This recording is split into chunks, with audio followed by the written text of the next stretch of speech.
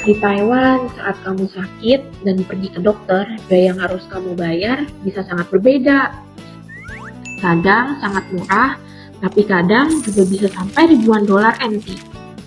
Semua itu tergantung satu hal, kamu punya asuransi kesehatan atau tidak. NHI atau yang biasanya kita sebut sebagai BPJS Kesehatan adalah asuransi kesehatan nasional di Taiwan. Kalau kamu pekerja asing yang legal di Taiwan, biasanya kamu akan otomatis ikut asuransi ini. Fungsinya sederhana, yaitu untuk membantu mengurangi biaya pengobatan secara besar.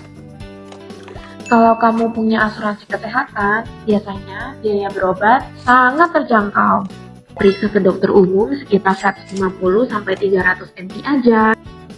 Sedangkan buat ambil obat, biasanya cuma perlu beberapa puluh NT aja.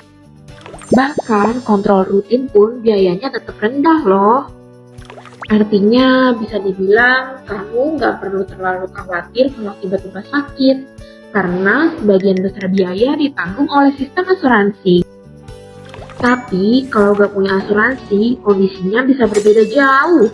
Saat kamu pergi ke klinik atau ke rumah sakit, biaya pendaftaran bisa tembus 800-2000 NT, bahkan bisa lebih. Untuk biaya obat harus bayar penuh sendiri. Kalau pergi ke IGD, biasanya bisa sampai ribuan hingga puluhan ribu NT. Artinya, tanpa asuransi, kamu seperti pasien umum yang bayar sendiri tanpa subsidi. Ini alasan kenapa asuransi kesehatan di Taiwan sangat penting. Bukan hanya sekedar kartu biasa, tapi perlindungan kesehatan kita selama di Taiwan.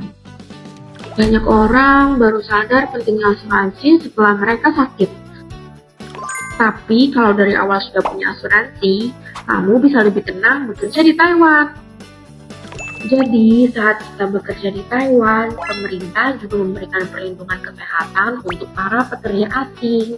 Kita harus menghargainya dan pastikan kita punya status kerja legal agar bisa menikmati perlindungan kesehatan ini dengan baik.